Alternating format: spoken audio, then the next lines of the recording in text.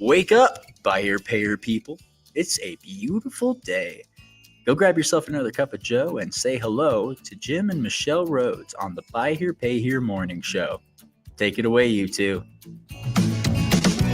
Good morning, everybody. Hello. Greetings from chilly Utah. You know, we always start with a weather forecast. Yeah, Weather, seems like like this is how we feel. It is cold. Yeah. Your toes So are cold. it is. So the morning music and the wake up, buy here, pay here people. That is Nat Vaughn is the voice of the wake up, buy here, pay here people. That's one of my kids, and it's his birthday today. Nice. Happy birthday, Yeah, Nat. Nat did he went to University of Utah in the theater department, and one of the things he did was, audio and voices and all that kind of stuff. So he helped us with that. And I just wanted to wish him happy birthday. He is not awake. Yeah. It's 7:00 in the morning here. So he is not, it's still dark. So we have this thing that we are trying to decide because sat around the dinner table last night with family at my mom's house since we're all in town, and we were talking about how we're doing the morning show at 7 a.m. We toy all the time with like, should we make it later? Especially when we're traveling like this. And so everyone was telling me that the fact that it feels like it's 7 a.m. instead of 9 a.m. is all in my head. Well, it is 9 a.m. Eastern right now. But okay, and so I have this thing that I really, really think that when you okay, I'm gonna go it's not really woo-woo, but like the moon and the sun rising and all of that kind of stuff wakes you up. I don't know. It's just, that's I'm gonna let you believe that. I choose to believe that. I just think that if when you have to get up in the morning and it's like another 2 hours of dark, that's just too dangerous. Oh, I think the sunlight is a factor for sure. It feels different, no doubt. Yeah. All right. We have anything else? We have the webinar coming up. The webinar coming up. Registration links are open if anyone is interested in coming.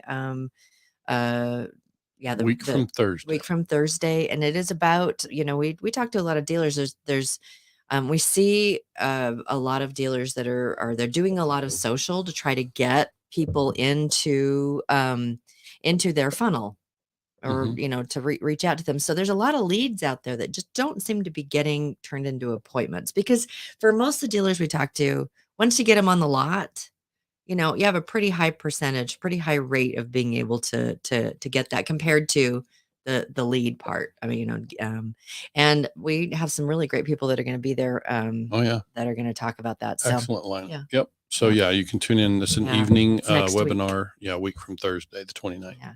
So we have a special guest, and I'm going to on air. Chuck, I'm bringing you in on air. Apologize. That's all right. We had Chuck scheduled 2 weeks ago. Yeah, and I went through my calendar and I was like making some adjustments, and then it disappeared, and I caught a couple of them, but not all of them. And so I was like, I was bebopping around on Facebook, and I went, oh my gosh, that's so rude. So thank you so much for being gracious. And oh, my pleasure. I'm glad to be here, guys. Yeah. So it looks like you're in Florida, just judging by the painting in the background. Yes, we are enjoying a cold Florida winter day. Oh, wow. Which is that's a relative like thing. 70. No, it's 47 out. Wow. Okay. Yeah. People, they know that. Good morning. We always get the weather report, which is it's Al Broker. So I'm excited to have you here, Chuck.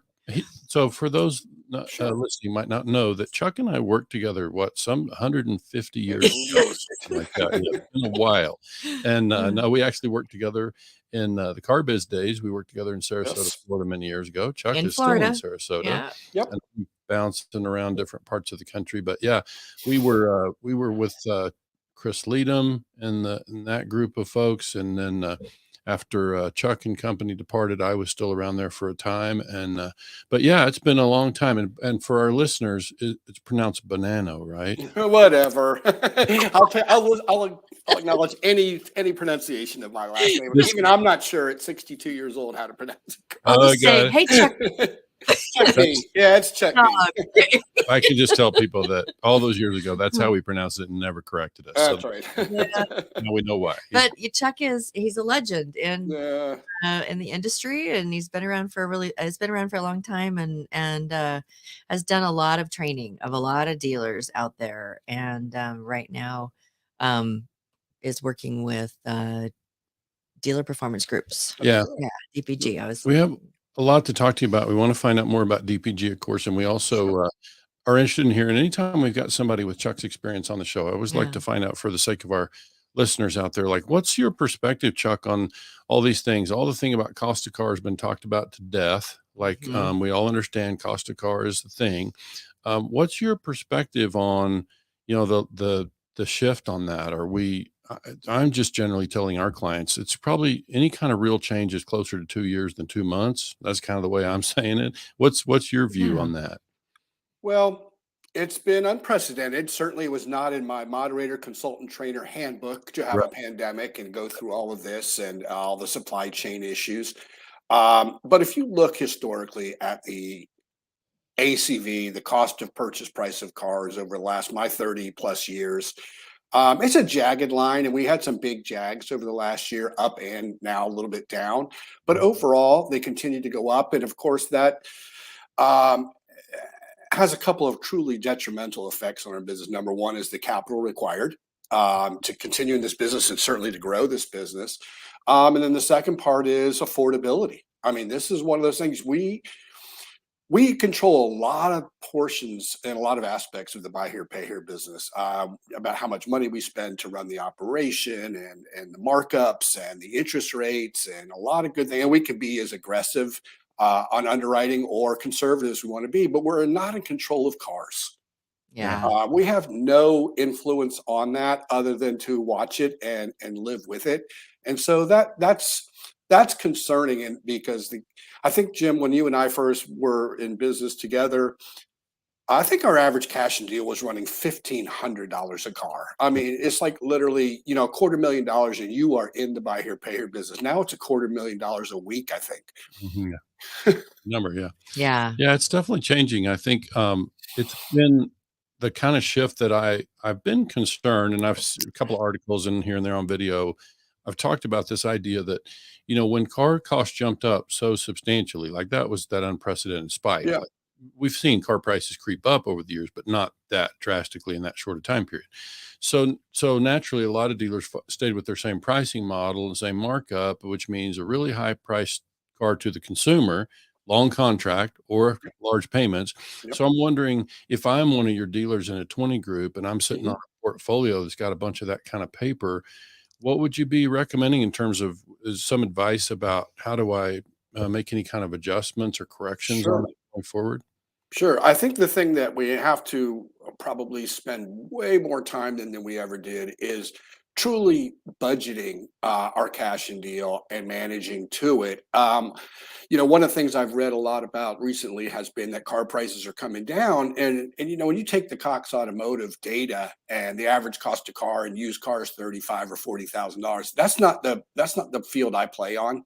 Mhm. And I can tell you that cars at the lower end, where we like to be, the sweet spot for our customer, they haven't gone down. Yeah. And so you end up having to say, how do I adjust my model from a lower gross, a shorter term, more down payment? I mean, there's a lot of ways to attack it, and all have consequences, financial and capital consequences of how you do it. And I think you just need to be really sure of your model and your customer that you desire, and stick with it. Everyone, Jim, you've been doing this a long time. Everybody wants to chase. They want Yeah. to chase downstream or upstream and get into another business. Say, what's my niche? Am I a basic transportation model? Am I a high end, quasi semi, poor credit customer or near prime customer? And then model around that. I know I always say we've all gotten worse cars for more money. But I think that's our near-term future. I mean, when I mean near-term, I'm talking the next year or two at Yeah. least. Yeah. Yeah. Mhm. Yeah. No, I get it. So I want to hear a little bit about dealer performance groups. I know that. So you and I worked together way back with Leadham and Company, and then you were with NIEDA for a good stretch, and Mhm. now with Buckeye Dealership Consulting, who is the dealer performance groups. I guess is a subdivision or That's correct. Buckeye Dealership Consulting. That's So correct. you guys have an event coming up. What's that all about? So we have our annual meeting. The one there's we're trying to do some things that are different, unique to this space, and one of them is that we had our original first meeting of dealer performance groups was inviting one and all to come, and really wanted to see what we had for interest in the program, which was actually overwhelming. And one of the things we had a lot of 20 group veterans who said, we really like this all group kind of meeting at least once a year so that we can interact with people we don't normally interact with. And as a moderator of 20 groups for over 20 plus years and over 500 meetings, you do get to be in a little bit of a cocoon with your own little group, and you don't see different opinions, strategies, philosophies. And this is a way to network with dealers who may be doing something different than you are that you never get to see otherwise. Right. Yeah. Very good. So what is the date of that event? Yeah, that's the 26th to the 28th of January in Orlando, Florida at Universal Studios, the Low Sapphire Hotels. And this is again our meeting where it's come one, come all. We'll find a group for you. We have lots of groups, and we'll make sure we get a good fit of dealers who are as similar to you as we can make them. That was the question. I can tell it's also an exploratory meeting for those who are not That's right. in one of your groups. They can come and sit in and get a little feel for what that's all about. And I'm a longtime proponent of 20 groups. I know the value. Yeah. I'm a former member of a group myself, and so I know what happens Mhm. there. We know that that's a great way for folks to get plugged in and learn from others. And so we know that any other moderators. I know David Brotherton's with you guys. Any other moderators for your groups currently?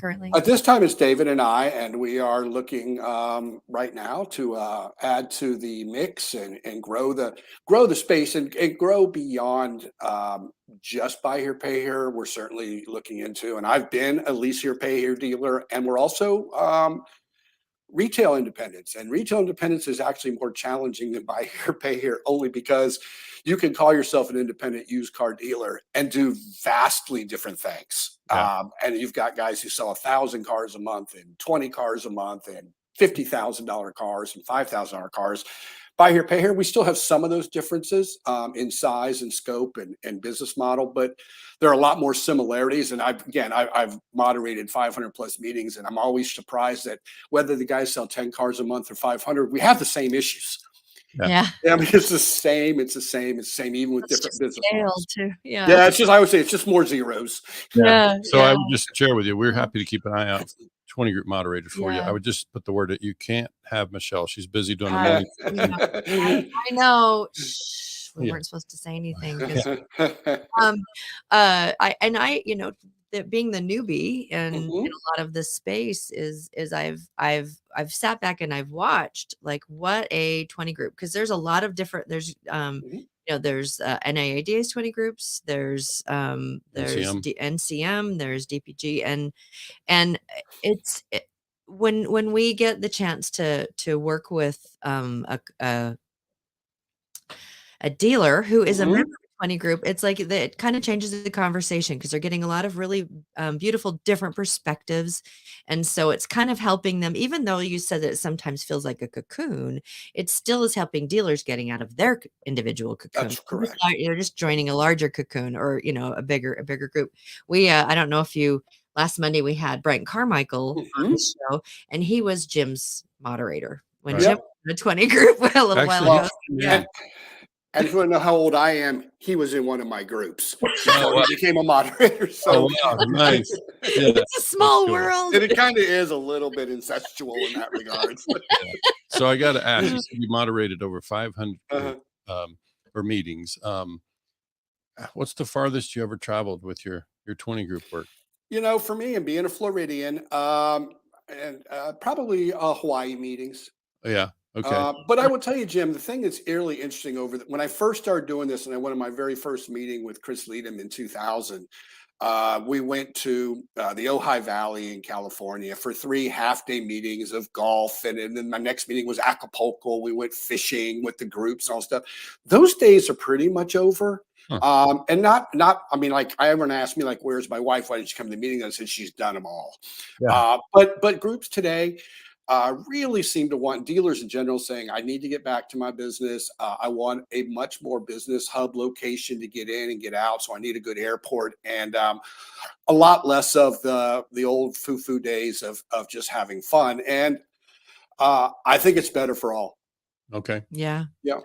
But I guess the group probably still decides, right? They still They vote. decide. Our groups decide, and I think my other competitors there at NIDA and NCM, they do the same thing. We let our groups decide, and I will tell you, there's a smidge of steering going on from the moderators, and mostly that is because I know with David and I, and some of the others, and know Brent knows as well, is we've been to a lot of places, and we can tell you what's an easy place to have to conduct a meeting. And some places are beautiful places, nice places, fun places, but are not set up for meetings. Right. No, I get it. Yeah. So what about a favorite U.S. city? So, everyone always throws things at me. I love New York City. Oh, nice. Oh, You know, when you go to a big city, I love Chicago. And then the resorts from Coeur d'Alene, Idaho, down to going to Scottsdale in Arizona. I've done them in Clearwater, Florida. I've done them in Salt Lake City.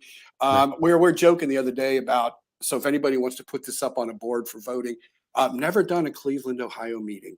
We're always trying to figure out where does nobody ever pick. Yeah. That makes sense. I don't think you'll get more people if you. Yeah. So I'm gonna do that in January. Yeah. Aren't you originally from the Northeast? Where'd you go to high school? No, actually, I am St. Petersburg, Florida, born and raised. Really? I didn't remember Florida that. State University, and I've never found a reason to leave Florida. I love visiting, and I know my hobby of all hobbies is travel. People go like, you travel all these days a year, and that's what I said. Yeah. So my wife and I, and when my daughter was young, we've seen a lot of the world, and that's what all those airline miles are for. So, like, we talked about where you've been the furthest for Sure. performance group. Where's the furthest you've been for private travel? Oh, well, I've been far places, like I've been to China and Singapore and Thailand. But most recently we were in Stockholm, Sweden. We did Reykjavik, Iceland. We've been to Peru. We've been to Egypt, most of Europe. Yeah. And it's like, I just like someone to take care of me when I'm on those things. I just go and pay. My wife does all the planning. I've heard that. That's the way I feel like I'd want to travel. And Yes. I know that, we move around quite a bit too. It's funny because people just assume because we're moving around an awful lot that we live the life of vacations. Uh-huh. Yeah, that could not be further from the truth, because you start to really appreciate you appreciate your own bed with your own sheets. Amen. and it's just like the flow of a day is so different when you're in your own space than when you're in a hotel. And I'm a creature of habit. And I like waking up, and, I know I can, with my eyes closed, make it to the coffee pot. Yep. Yep. And there have been, how many times did you wake up and it's dark outside? We've got an early morning show. It's dark. You wake up and you're like, I don't know where I am. I will admit to this because I'm old enough to do so now. I have, on occasion, tried to get into the wrong hotel room, thinking the place I was at the last meeting. That key won't work, sir. This is not your room. And you're knocking. Hopefully it's not like when you think your wife's on the other side. Hey, let me in. Yeah. It's like, dude. Yeah. No. Sir, you were in room 1407 in the last hotel. Yeah. No, I get it. You travel an awful lot like that. So what about, I want to get your feedback on this thing. Sure. And I see a lot with our clients. And of course, we're doing this webinar at the end of the month, but on this thing about converting web leads. Like, we're obviously in this weird time with digital adjustments. Everybody's having to get adjusted to this.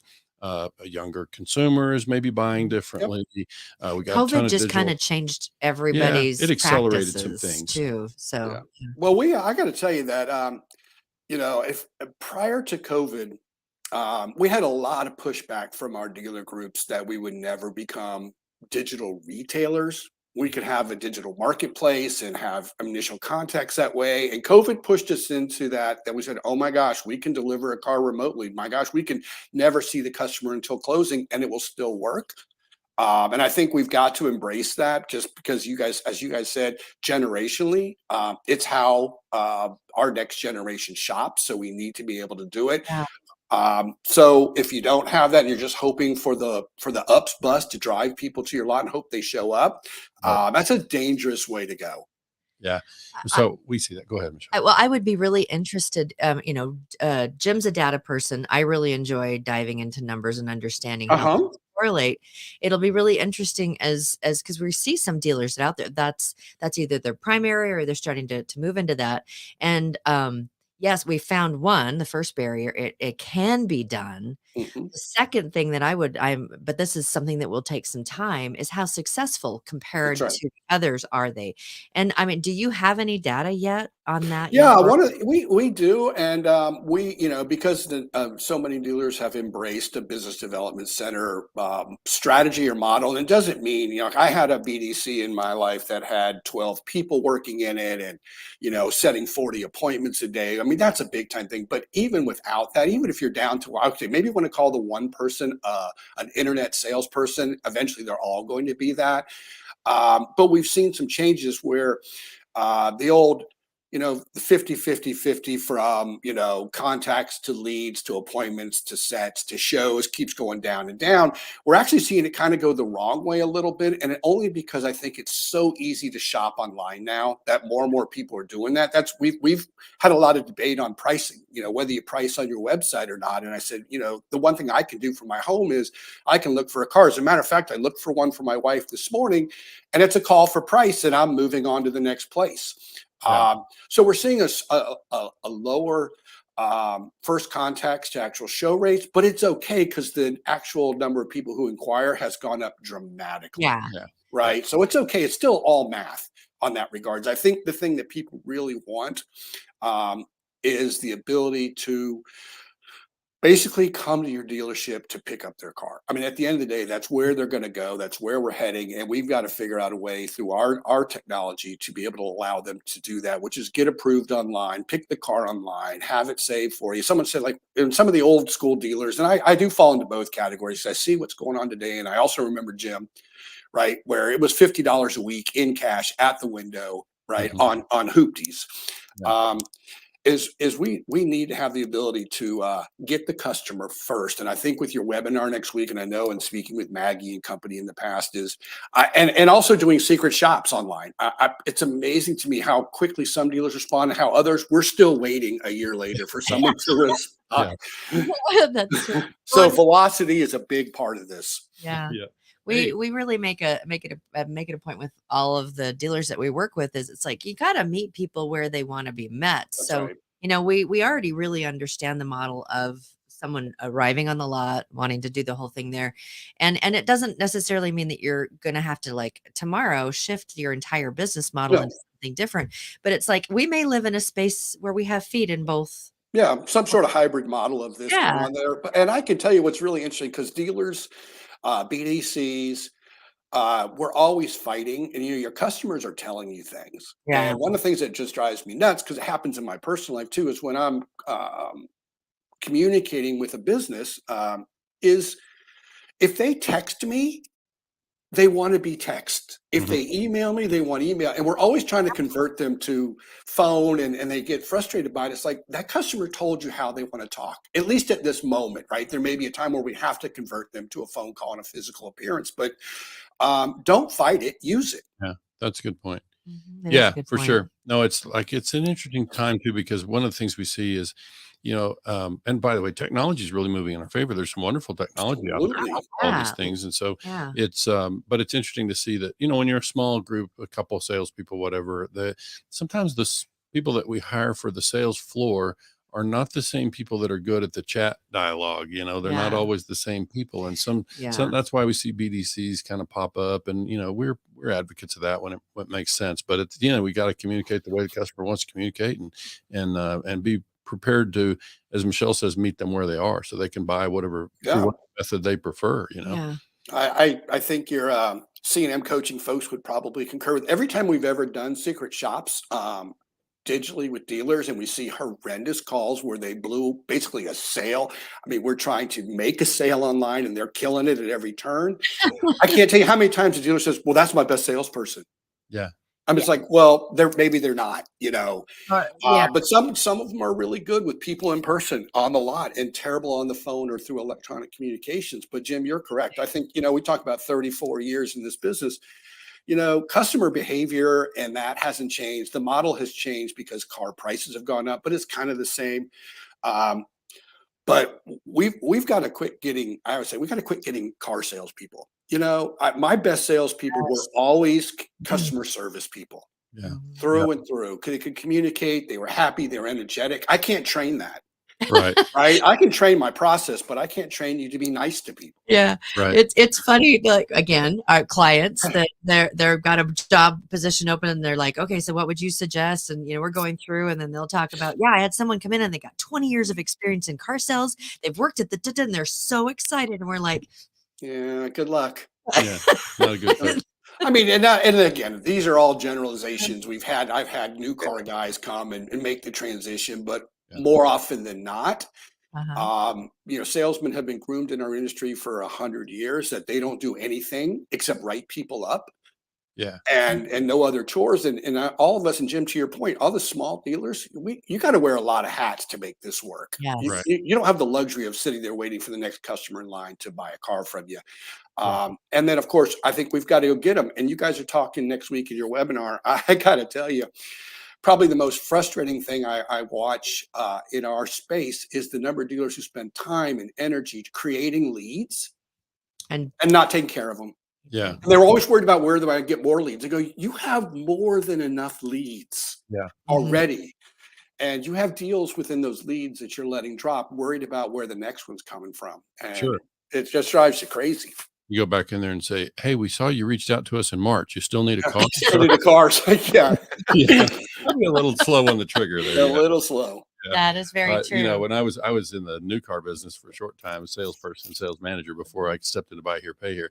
And, you know, they always told us back then that you could expect that from the first contact with the consumer, they were going to have made their purchase within 72 hours. Mm-hmm. And I think, you know, we really, gosh, I'd want to talk to them within minutes and certainly within 24 hours. I mean, we got to, I'm expecting they're going to buy within 24 hours of reaching out to me, you know? And so that's kind of we want to have that level of urgency around that. So yeah, we're definitely, you know, recommending that sort of thing. I think before we let you get away, I wanted to take a minute to talk about things we always talk about with vendors. You know, when we meet people, Michelle and I are over here happy to help dealers meet the vendors in the space. We started doing some interviews with folks so that they can get to know the folks, because when we refer dealers to a vendor provider, we're always trying to make sure that we know the people behind the product, because, you know, you can have a good product, but if the people behind the product aren't so great, then it's hard to get comfortable with, you know, that situation. So, you know, I've obviously known the people over at Buckeye for some time. I've known Rob Fox and Jason Gosnell and all the good guys over there. And I've had Brett Buick on the show a time or two. I could just say that, you know, we always recommend if somebody's shopping for 20 group, talk to all of them, but just know that if you're talking to the folks like Chuck at Dealer Performance Groups, we know those folks. They're good folks, and so we're happy to recommend you guys, and we hope you'll come back to the show frequently. Love to. You. I got to ask one last question though. Are you, Okay. I'm afraid of his answer. Okay. Oh, all right. Are you iPhone or Android user? iPhone. Okay. Yes. But you know, Jim, listen, for all of us Apple people, once you're hooked in, it feels like you can't escape. I know. I see Yeah, that. you can't, but you don't want to. Well, It's like, that looks good. That phone looks good, and that. I said, but I've got a Mac, I've got a MacBook Pro, I've got 2 iPads and an iPhone. Like, they own me. that says a lot to that. That says a lot. It's good Kool-Aid. Yeah, So, it is good. It really is. Totally kidding. No. That's part of what happens. I know that I sometimes think I'm the last Android user, but I've had a couple. Jared Halstead, last two, but yeah. Well, stick around for just a second when we wrap up, and so that Sure. we can just chat with you for just a minute if you got a second. You got And thanks so much for joining us. yeah, I appreciate Oh, it. and thank you guys for having me. Thanks. All right. Well, it's been great Monday. We are like everyone around us is on Christmas vacation. They're getting geared up for school vacations, It's getting getting geared close, up for making a travel, heading out on the road or flights or whatever to enjoy the holidays. And so we hope you all are traveling safely, being nice to one another. Yeah, and Always- please don't forget to tune in on December 23rd when Michelle has promised to sing a Christmas did. carol for us. Jim. I'm not going to let her forget that. I'm not going to let her forget. We'll have fun. All right, guys, everybody have a fantastic day.